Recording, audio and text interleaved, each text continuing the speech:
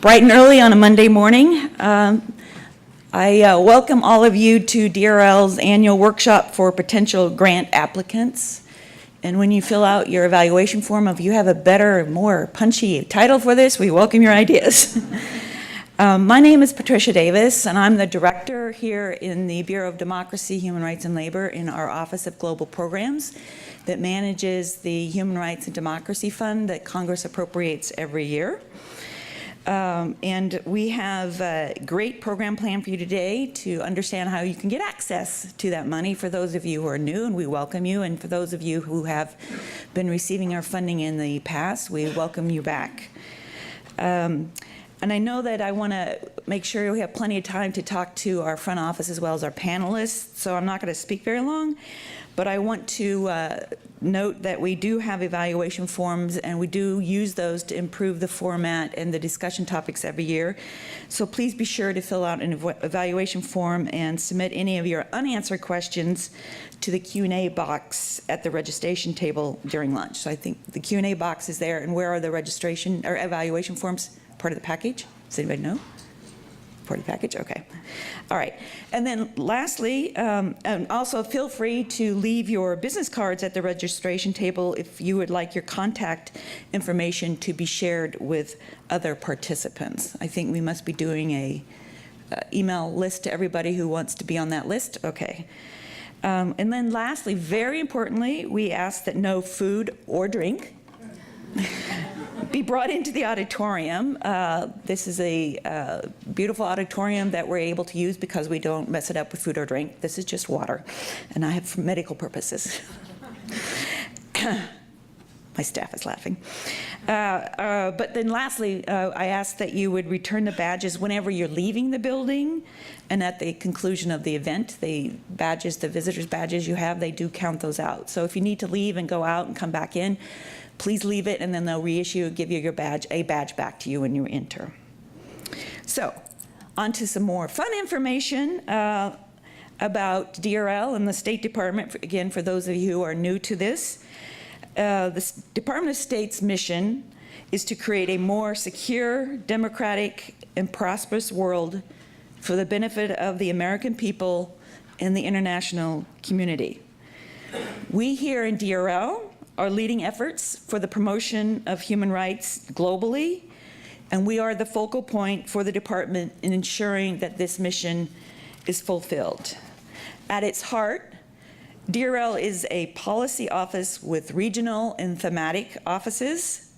You will meet some of my fellow directors at the panel discussion later from the regional and thematic offices.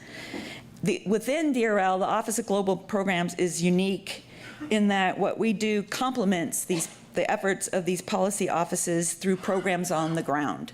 So if we have a particular policy of promoting the rights of marginalized populations in a particular country where we're using our diplomatic efforts to pursue that mission, we then design a program that will help complement those policy goals.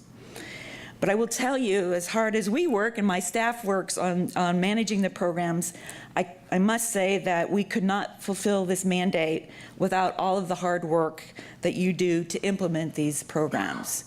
And as I always tell people, we work in the hardest, sometimes most restrictive, most insecure places in the world. And I know that it's through your creative efforts that you're able to manage these programs safely and securely and yet effectively.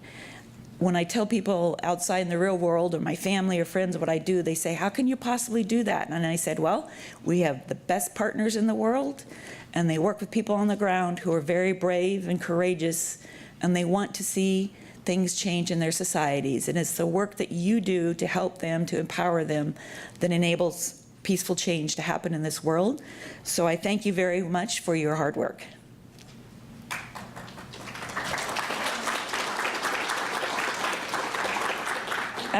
We put together an agenda today that I hope will leave you feeling more informed about our priorities and our processes, and better prepared to apply them for DRL funding. This morning, you will hear shortly about the policy work and the priorities being done in the Bureau of Democracy, Human Rights, and Labor from our Deputy Assistant Secretaries.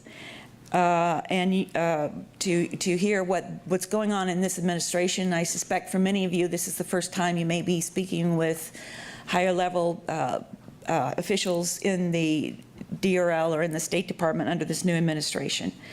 After that, then you will have an opportunity to discuss more closely in more detail what the DRL priorities are, policy priorities are with staff from the various policy offices. As I noted, we have every region has an office, as well as thematic offices, particularly for international religious freedom and international labor rights. And then we have a huge conglomerate office of multilateral affairs that includes things like support for civil society, support for business and human rights, LGBTI rights, internet freedom policies, as well as an office on security and human rights.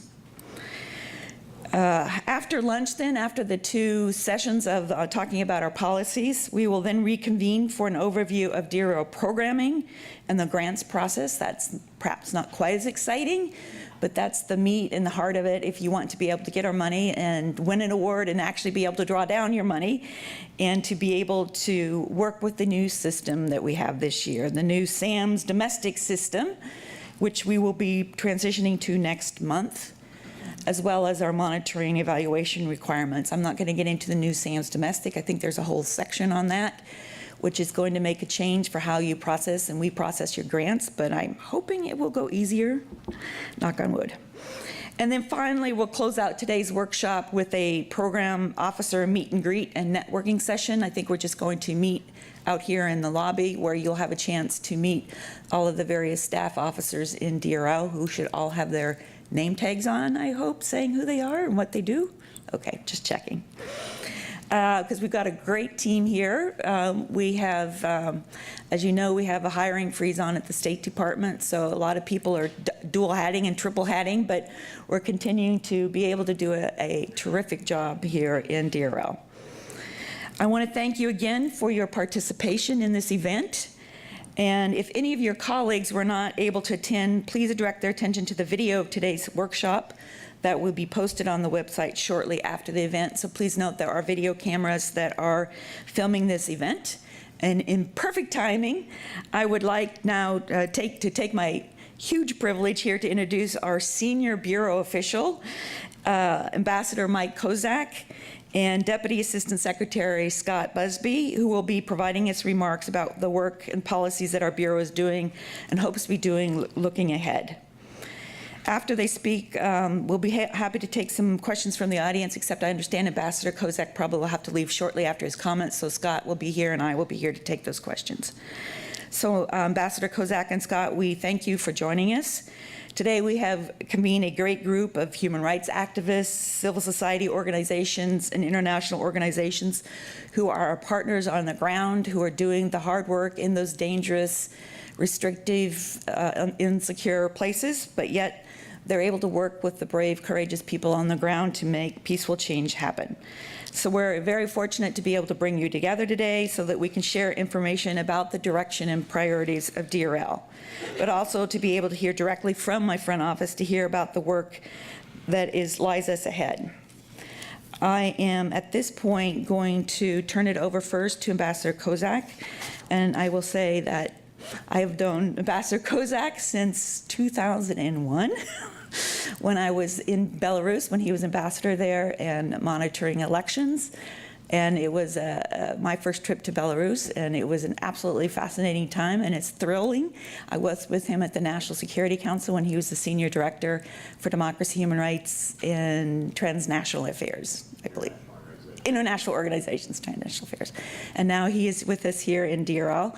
And I have learned so much from him, and I am so thrilled to be working with him again as our senior bureau official. So let me turn that over to you, Mike.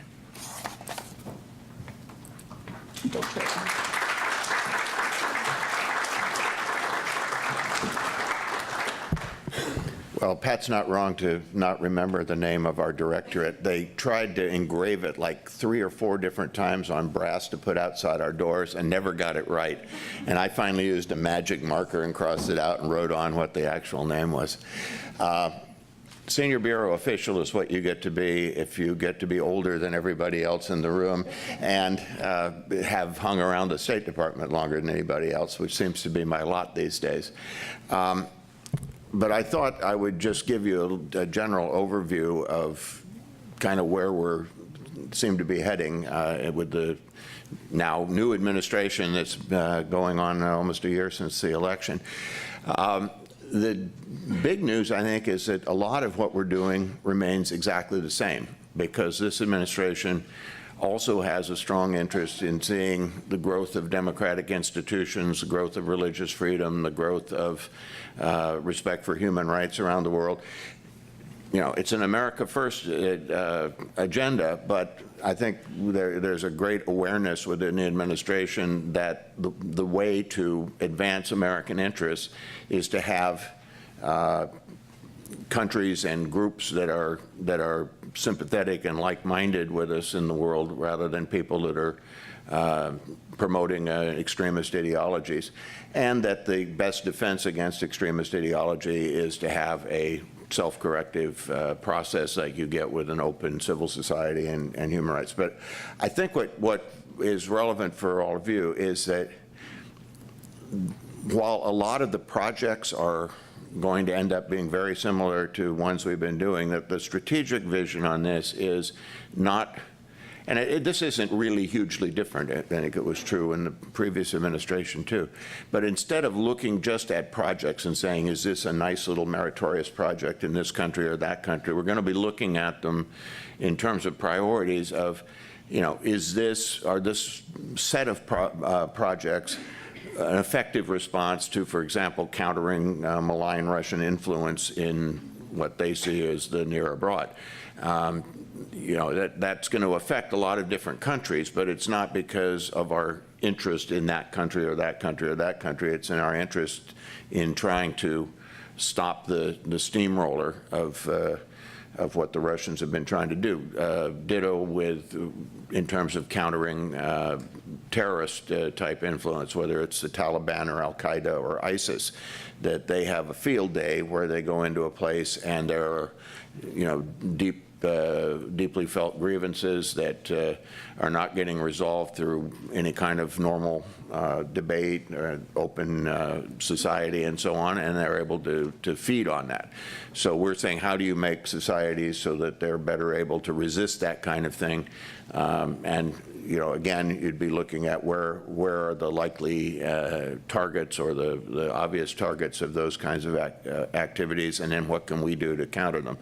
So, you know, I think as you will see our requests for proposals and statements of interest coming out, that those will reflect that kind of thinking, that we're looking at this in a kind of geostrategic way, and then saying, where do we want to concentrate our effort to try to bring about the strongest results that will have those effects. Again, you know, there's a lot of continuity, because that's not an entirely new thought. We've been trying to do similar things for years. You know, as with any change of administration, you'll find differences in rhetoric sometimes. You know, instead of focusing on every victim group of some bad behavior, you know, you may get more of a nobody should be discriminated against, nobody should be abused or subjected to violence, rather than this group and this group and this group and this group and this group should not be. But those are rhetorical differences. They're not substantive. And you'll see that people are focused on pretty much trying to prevent the same kinds of behavior, trying to strengthen democratic and civil society institutions to better be able to resist those kinds of abuses against them. So it's an exciting time. I think we've got even more money than we did last year to program. And so we're going to be looking forward to seeing from all of you good ideas on how we can best further these objectives. But Bureau's basic mission remains the same. I try to summarize it to say, one is we have to efficiently carry out our statutory responsibilities, which are writing the Human Rights Report, the International Religious Freedom Report, vetting units under the Leahy law for training or assistance. So that all remains the same. The other end of it is defending the universal human rights norms that were established after World War II. We're not going to ever make them any better than they are, but there are a lot of efforts out there to make them worse in multilateral institutions, and we need to resist that and try to keep, that freedom of speech, freedom of the media, freedom of assembly, those should be largely unqualified and not subjected to traditional values, exceptions, and that kind of thing as some would do. But the third element of our work is the one that you're involved in, which is, and I've tried to characterize it with our leadership as, in countries where the government hates us, we're the ones who are maintaining relationships with people who care about the same things we do, who share the same values, and trying to build their strength and their capacity so that those countries become good partners rather than malicious ones in the future. And I think that's where all of you come in, because the work that gets done in that area is done by you and can be super effective, as we have seen in many instances. So keep up the fight, and we'll hopefully be there backing you up as you do so. And with that, I guess shall I turn over to Scott now? Can you stay a few minutes, or do you? Yeah, I can stay for, a few minutes. Okay, all right. You want to come sit, or what do Yeah. you want to do? Sorry. I don't know, or what are we doing here? And I want to have my sign upside down like yours, Pat, but that doesn't, Because that's not me up there anymore. okay.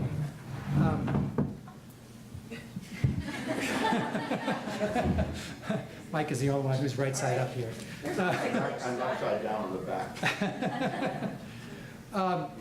Mike is giving you a good picture of what we're trying to do with programming. And let me just reiterate, I think over the past few years, what the leadership in the Bureau has sought to do is to ensure that our program is lashed up with our policy and that our policy reinforces the programming that we do. But policy fundamentally should drive programming. So there's been a very concerted effort to periodically have sit-downs between the policy makers in the Bureau and the programming folks led by Pat to ensure that the programming is reflecting what our policy priorities are. And as Mike said, we have tried to focus particularly on those places and those issues where we think we can make a difference. The attacks on civil society globally remain a key focus for the Bureau. Of course,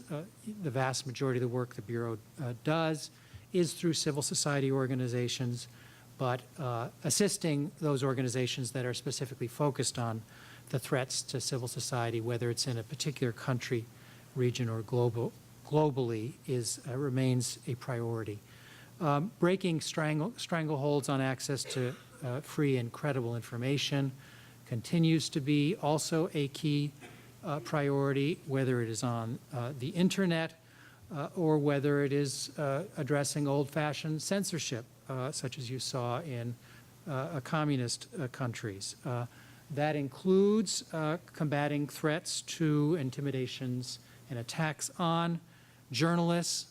Pat and her team has done a great job of creating centers that can train journalists in how to protect themselves and to also increase the networks that can help protect them. Countering the influence of non-democratic governments. Mike has already referred to Russia, who is probably the leader in this, but I also work on China. And as many of you have seen, China is being increasingly aggressive and trying to push its agenda out, not only in its region, but in the world. Labor abuses have been a priority for the Bureau for a very long time and continue to be the case. I spoke last night to Kathy Feingold from AFL-CIO about the growing issues in Southeast Asia, in Cambodia, Burma, and we're trying to figure out what to do there, but I know that there are challenges on the labor front in many places. Gender-related violence is an ongoing issue. We work closely with the Women's Office here in the department on that issue. And free and fair elections, AID does the bulk of the work in this area, but we also contribute in strategic ways to helping to ensure that elections are as free and as fair as possible. And last but not least, freedom of religion and conscience throughout the world continues to be a priority. And as some of you probably saw in Secretary Tillerson's letter to Chairman Corker, he indicated that the International Religious Freedom Office would have a certain new autonomy from DRL. I think we'll continue to work closely together, but that office, according to Secretary Tillerson's letter, will now be reporting directly to the Undersecretary for Civilian Security, Democracy, and Human Rights. Any case, an ongoing priority, and we'll be funding there. Let me just conclude by noting that the environment for doing the sort of work that we do is increasingly hostile, not only in countries like China and Russia, but in Cambodia, the partners we have worked with there are increasingly under threat. In other countries like Ethiopia, there are similar threats. So folks are reading the playbook set up by the Russians and Chinese on how to thwart the sorts of things that they saw during the Arab Spring. And so generally there's a perception in authoritarian governments that they want to get ahead of the sorts of things that happened in the Arab Spring, and the way to do that is by thwarting civil society and constraining free expression and free association. And that's why the work that you all do is so important. Yes, we may have the money to support it, but you all and your partners on the ground are the ones doing the hard work of actually implementing these sorts of programs, helping people to realize their fundamental rights, and we're very grateful to you for that work. And with that, why don't we open up for questions? Good morning, everyone. Well, thank you again for this opportunity. My name is Florindo Chivukut, and I work for Friends of Angola. I was just wondering, we had elections not too long ago in Angola, and it seems to me there was not really U.S. presence on the ground to make sure that we had a fair elections. And the outcome, although it was peaceful during the election, but there was a lot of human rights abuses, continual human rights abuses after elections. And it seems to me the government was able to quiet the civil society, which is very small, and there's not really support for them, in particular the youth that make up the majority. I was just wondering, what can you do to help those folks on the ground who are trying to really advance democracy, trying to foster democracy and human rights in Angola? Mike, do you want to take that? Yeah, I'll say, I think on the election observation question, there's always this balance between if there's a regional election observation mechanism, how much support do we put behind that versus how much do you add by bringing in American groups and so on. The other thing that I don't know the details of why it came out the way it did in Angola, but one of the things I've found is that often people wait till very late in the game to start thinking about election observation, and by that time it's hard to scrape up money because it's committed to something else. So this isn't Angola specific, but I would just urge that if you see a contentious election like that coming up where getting some more observers or a different quality of observer in might be helpful, raising that, a year or 18 months out is better than waiting until 4 months before the election when it's just almost impossible to organize something that quickly. Again, on trying to support civil society in Angola, I think this is the kind of thing where you can show, if you can show that not only is virtuous in terms of the internal dynamics of Angola, but that it has a regional spread to it and so on, which I think you could. Angola is an important country in the continent. Try to get that into project proposals and in other words, not just focus the proposal on the technical side of how you do the project, but how this relates to the broader issue of trying to bring about the growth of democratic institutions and openness of civil society in the region. I think those are good sales points that would be helpful. And if I may, I also want to add, I don't know where you're based, but I hope that if you are in Angola, that you are in contact with our embassy, our human rights officer there, because we work very closely with them, and many times that's where we get a sense of what are the problems and what types of programs can we do. Every embassy has a human rights officer that you can reach out to and discuss issues with as well. They would welcome that. That's a very important point, is that we, even countries like the UK and France and so on, there is a human rights officer in the political section in our embassies. Every embassy has one, and that's where the human rights report gets written. That's where the cables get written that come in and tell us about what's going right and what's going wrong in the country. So very, very important contact for all of you, because it channels your voice into channels that will be read by everybody up to and including the president. Okay, next question. Hi, Rachel Pulfer from Journalists for Human Rights. Thanks so much for putting this on. Very much appreciated. Wondering if you could give us maybe one or two concrete examples of what you envision in this scenario where policy and programming is syncing up a bit more? Yeah, I think it's, for example, if you're saying one of our objectives, policy objectives, is countering the malign Russian influence. The Russians are getting very bold. I headed our delegation to OSCE Human Dimension Conference last month in Warsaw, and I mean they're out there basically overtly saying, you better treat the Russian minorities in the Baltics better, or we might have to invade you. I mean, it's almost that explicit how bad it's getting.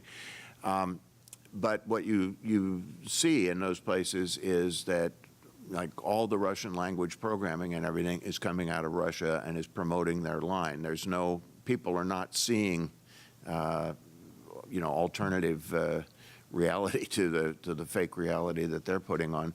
So, when you're looking at independent media, training journalists on good investigative journalism and so on, showing how it can help counter that kind of malicious efforts on the part of the Russians is a useful thing to. It's not just that it's good in its own right to have good, honest journalists who are drilling down and reporting facts as they can, but that having that would actually help stop something bad.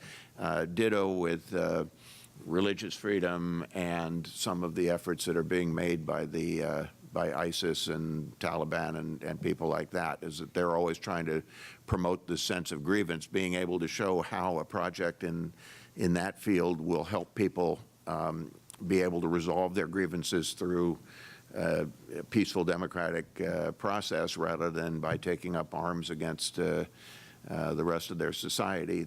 Again, I mean, some of this is fairly instinctive, but it's just, I think we want to keep relating it back and showing people that, this isn't just a good project on its own merits. It has this side benefit, or depending on how you look at it, main benefit, that actually does something that we're trying to do on a geostrategic level as well. So it's not that the projects are different, but it's that the reasoning behind them is, we want to just be more explicit about how this benefits our overall strategic position.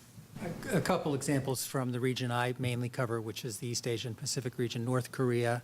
obviously a huge policy priority right now because of the nuclear issue, but we think human rights, addressing human rights is a very important part of that. One of the growing priorities for the administration and for our Bureau is facilitating the flow of information into and out of North Korea. So we're devoting more and more resources to that. There also is a fairly new concerted focus on the issue of overseas DPRK workers. And so we're looking at creative ways of trying to address that problem. And then in Southeast Asia, we've seen obviously growing human rights problems in the Philippines under President Duterte, mainly extrajudicial killings. I don't think we've been doing any programming or very little programming there until quite recently, but now we're trying to support civil society in its efforts to document and address the problem of EJKs.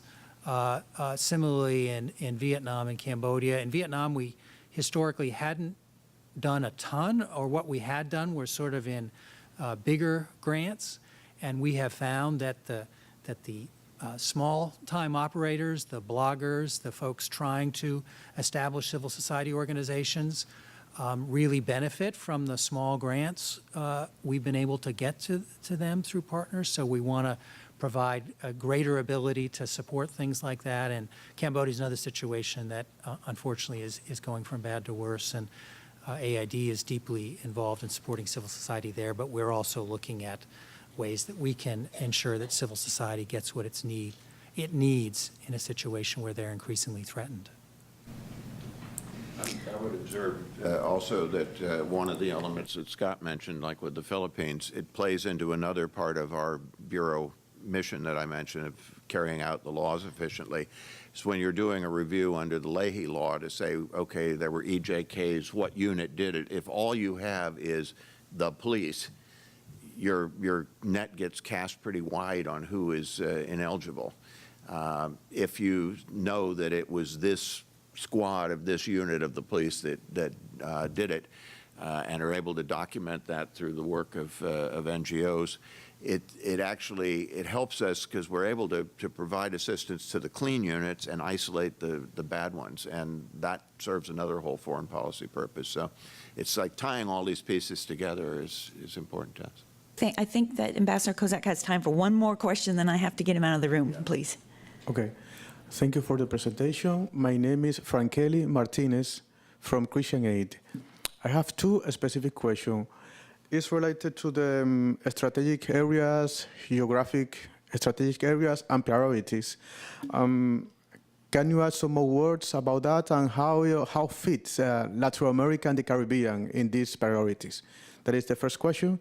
And the second specific question is about you were talking about funding, and how is the difference between the funding that you have in the last year and the funding that you have for this year? Thank you. On Latin America and the Caribbean, actually, the reason I need to get out of here, it's the Secretary of Staff meeting, and we're going to be talking about the Venezuelan gubernatorial elections or fraudulent elections that occurred over the weekend. There's a lot of focus on the activities, the situation in Venezuela, which is a real humanitarian crisis and has implications for a lot of the neighboring countries, including us as a slightly more distant neighbor, but in terms of refugee flows, disease, and so on, it's just the human suffering there has all kinds of spillover effects. And so there's a tremendous interest in trying to get the political crisis resolved through a means that respects the democratic institutions of the country and opens up space again for civil society to work and resolve differences rather than having everything done by colectivos in the streets. Cuba, the same kind of thing, where as the president's made clear, the human rights situation there is central to our policy. And there's spillover from that. We've seen Ecuador for a while was going in a not very good direction. It seems to have improved in part, I think, because the civil society organizations in that country stayed with it, hung in there, and kept fighting. And the current administration there seems a lot more amenable to opening back up space for civil society. So it's far from one yet, but at least the trend line in that place is a little better than it was. On the money, Pat can. I'm just anxious to get you out to Okay, I be in the better get off Secretary's then. meeting, so I don't want you to Thank be you late. all, So and- thank you very much, Ambassador Kozak. I look forward to the readout. Thank you so much. That was good. Okay. On the funding question, I can answer that one. So as you know, our money is appropriated by Congress, everybody's budget, all departments, the executive is appropriated by Congress. And I'm not going to get into the arcane details of fiscal years, but let's just say that we just finished up this past fiscal year on the end of September with a budget of $88.5 million. We're now starting to program for this fiscal year. You may have seen some of our requests for proposals or statements of interest out. And this year, Congress has appropriated $145 million. So we're actually very, very strong situation right now to be able to not only continue our programming, but to expand it. So I think this is, again, I take that as a compliment to my team. I mean, to thank them and all the great work they do, and a compliment to the great work that you do, that Congress has so much faith in us in this time of other bureaus and departments' budgets being slashed, that ours actually was one of the few ones to have a huge increase in it. So thank you. More questions now for Das Busby. Hi, I'm Jessie Rudder. I'm with the Honda Center for Human Rights and International Justice at Stanford University, which I feel like I can say now that Ambassador Kozak has left the room. I went to Berkeley undergrad, so I'm actually a big Cal Bear fan. My question is about Cambodia, which obviously has been brought up a number of times. Having just returned from there and hearing a lot of rhetoric coming from the Prime Minister that actually invokes our own administration's policies as a reason for him to carry out some of his policies, I'm wondering what specific areas you might be programming around. Journalism is obviously a tough one right now. The Cambodia Daily just closed down, as you know, and I'm just wondering, as a center that works heavily in the region, if you can give any more insight into specific areas of programming. Well, a couple macro comments about the situation. Basically, our read is that the opposition has come close to beating Hun Sen in the last two elections. They've outperformed what was expected.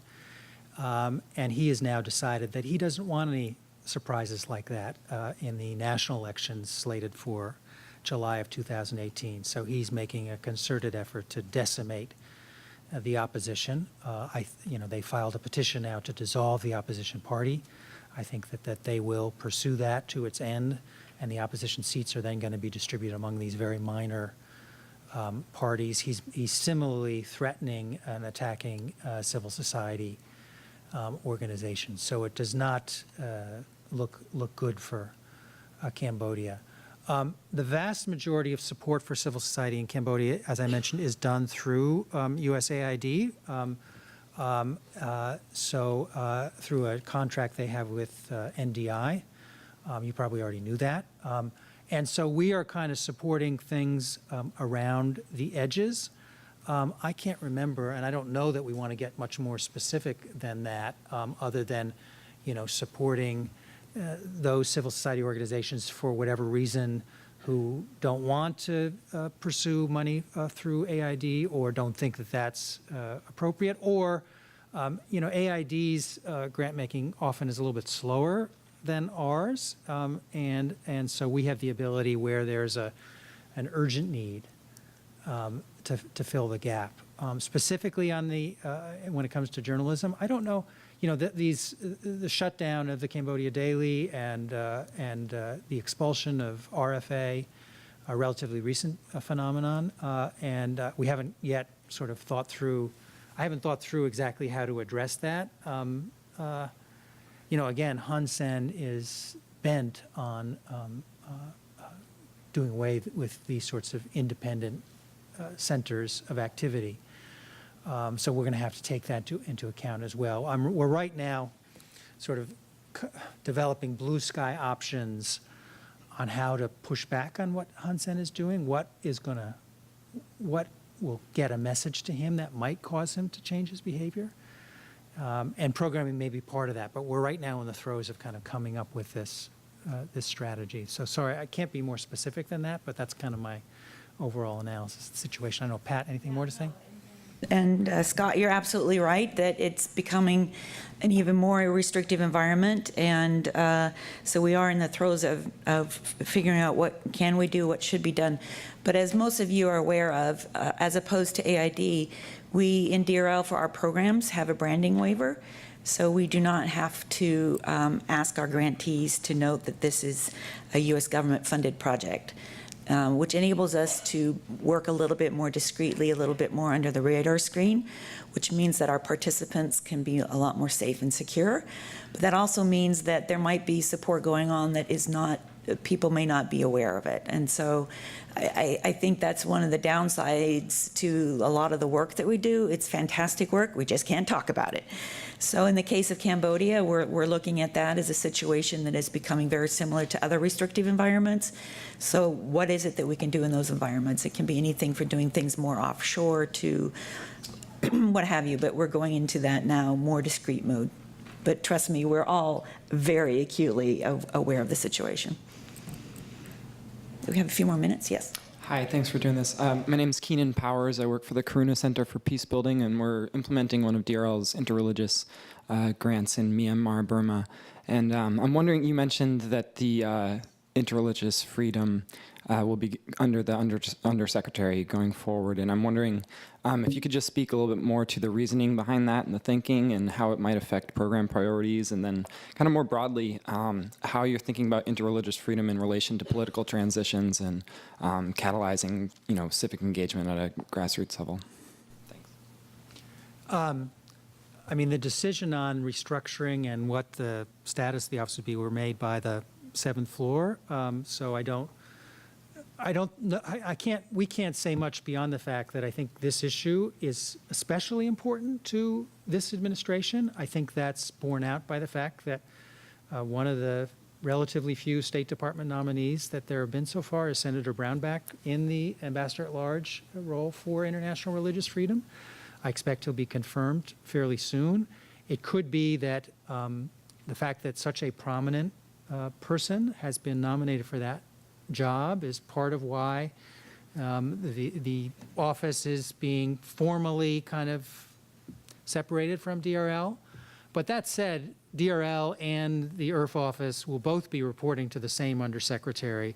So even though formally the office is now going to be reporting directly to that undersecretary, there's going to be a huge amount of coordination between that office and the work that DRL is doing. So I don't think it's going to hugely change the work that either of us does, but I do think it speaks to the fact that there's particular interest in those issues in the new administration. As for support for religious freedom projects, interreligious, I think they will continue to be, we will strongly support them. I don't know that it'll be supported more than the past. I don't know, Pat? For this upcoming fiscal year, it will be the same amounts as it was last year. There is, within DRL's budget, a $10 million earmark to support the rights of religious minorities. And then within the broader State Department budget, known as the Economic Support Fund, for all of you who understand those arcane details, there's another $10 million foreseen for religious freedom around the world. So that's $20 million. It's the same amount as last year. Myanmar, I thought you were going to ask me, how can we fix the horrible problem of the Rohingya? For which I don't, that there too, we have a very high level policy exercise going on to look at policy options. I'm going to be going out to the region with the Acting Assistant Secretary for the Refugee Bureau and representatives of both the East Asia and Pacific Bureau and the South Central Asia Bureau. We're going to be visiting Myanmar and Bangladesh in a couple of weeks to look at the situation on the ground, but horrific situation. One of the worst of our era, I think approaching what took place in Rwanda and Bosnia, and it has the attention of the highest levels of our government, as you've seen in some of the comments by Secretary Tillerson and Ambassador Haley, and we're right now figuring out how to adjust our policy to respond to it. And I just want to note that in terms of programmings in support of international religious freedom, it's very much like we've heard from our front office here. It's not just one tiny slice that only focuses on this. Freedom of religion and conscience affects everything else. So if you talk about the Rohingya, it's clearly a religious freedom issue, but it's also heinous human rights violations, and there's no freedom of association and assembly. So many of our programs will be focused on religious minorities, for example, and upholding and supporting their rights, but it feeds over into other areas: freedom of association, rule of law, access to justice. Over here. Hi, my name is Filiz Odabas Galdiay. I'm the Executive Director of International Association for Human Values. I wonder, do you have any plans to provide funding for the Yazidis, women and girls whom we work with? And also, do you have any plans to provide additional funding? We have an ongoing program to provide healing and resilience to about 16,000 children in Lebanon who are war affected, and we need more funding to continue the program. Thank you. I'll take that question, and let me start with the last part, the refugees in Lebanon. You would have to talk to our colleagues in the Bureau of Population, Refugees, and Migration. They're the ones who are responsible for refugee matters and their situation, humanitarian situation. In terms of support for Yazidis, we have programs. We will continue those programs. Again, we work very quietly, very discreetly. In a case like this, you really don't want anybody to be claiming this is U.S. government funding, and for us it's even more important that we want to empower local organizations in what they're doing. So there is support going on, and I'm very, very confident that will continue. Thank you for this opportunity. My name is Allison Sheen, and I'm with Mercy Corps. In Mercy Corps' programming and research around the globe, and particularly in fragile and conflict-affected states, we've seen that young people's grievances with governance, their perceptions of injustice, and their exclusion from decision-making is strongly correlated with their propensity to support armed groups and even engage in armed violence. I'm wondering if you could talk a little bit about how the promotion of meaningful civic engagement for young people is a part of your strategy and where you see it fitting into your priorities. Well, let me just back up a minute. As we said, we have the broader goals, and supporting American security means ensuring that there's a secure world out there, stable world, preventing extremism. How does one do that? Well, there are many different approaches. In many places, the first thing we look at, it's youth. They're the most vulnerable population out there, and the ones who are the ones most at risk of being recruited. So a lot of our programs will say, let's focus on youth. You're building up a new generation of leadership, so you're coming at it from different angles. But I don't think there's a program in the world that we don't have that, particularly in cases of looking at countering extremism, that doesn't have a youth component. And even other programs that might be working on just empowering freedom of association, freedom of assembly, we generally tend to, through our proposals, say you must have a focus on, within that, have a focus on youth, because and unfortunately many places you have very good, dedicated civil society leaders, but they're not doing enough to bring up the next generation. So that is very much a focus that we have, of saying that youth has to be something that we include across the board in what we do. Hi, thanks for this opportunity. Tatiana Rappaport from HIAS. I believe you answered the question about refugees partly, but I will ask it again. Just how do you see fitting refugees into your priorities, if at all, and what are those priorities might be? Thank you. I will let Scott answer that because he actually worked in the Bureau of Population, Refugees, and Migration. I worked in PRM, and I've worked closely with your boss, Mark Hedfield. What's that? I remember you presenting at one of the conferences, Yes. so very nice to see you again. As you know, PRM has a budget, I think, of $3 billion, much of which is dispersed to large international organizations like UNHCR, ICRC, and IOM, but a chunk of it does go to NGOs. So we generally don't, to the extent that issues involve refugees or migrants, we kind of direct grantees, would-be grantees to PRM. We have a few projects that maybe, look at the human rights dimensions or address the human rights dimensions of, a refugee-related. Gender-based violence within refugees, for example, but it wouldn't be humanitarian assistance for refugees. So yes, it's a human rights focus. I can think of like some of the LGBTI work that we've done, I think has involved refugee populations to some extent. But again, I would say PRM is your first port of call for particular projects you might be interested in. For example, we might work in camps on dealing with early and forced marriages. Again, it's focusing, though, on the human rights side of it and not on the humanitarian relief. Okay, I am getting the clock here, so let's take one more, maybe two more questions. Well, this will be very brief. My name is Scott Portman. I'm from Heartland Alliance International. And I'm just curious whether torture prevention and torture treatment is going to continue to be a priority for the Bureau, and also whether you think that the USAID Victims of Torture Fund might be renewed, whether the funding track for that. I know that you coordinate sometimes with them. Thank you. I can answer the last part. The AID support for the victims of torture is an earmark, and to the best of my knowledge, it has stayed in the budget. But we do coordinate very closely with AID on these issues. And we do continue to support anti-torture programs around the world. A lot of it involves documentation of the abuses. We do support some strategic litigation cases to be able to take it to the courts and address it, whether it be domestic law or international recourse. But Scott? There's also a stream of funding, as you probably know, that goes through our Bureau of International Organizations, which in turn is provided to the Office of the High Commissioner for Human Rights and is dispersed through their, I forget what it's exactly called, their torture-related fund. Yeah, but that's not us. That's the Bureau of International Organizations. But again, it's a big earmark chunk that they just pass on to OHCHR. So if there's kind of three different streams of money related to torture out of the USG. Understand. Maybe one last question. Thank you so much. My name is Erin Presnell from the Jefferson Institute. I'm curious how we can do a better job of helping you.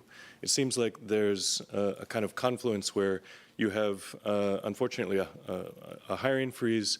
On the other hand, you have, fortunately, more money. You have people already with 2 or 3 hats, as you pointed out, and at the same time now you're tasked with the new wonderful job of building out new calls. I doubt that you have the time to put into it that you'd prefer. Okay, addressing human rights officers in the embassies, that's one path. This is a room full of people with incredible ideas. How can we help you bring some of these ideas to the fore to help craft your own calls?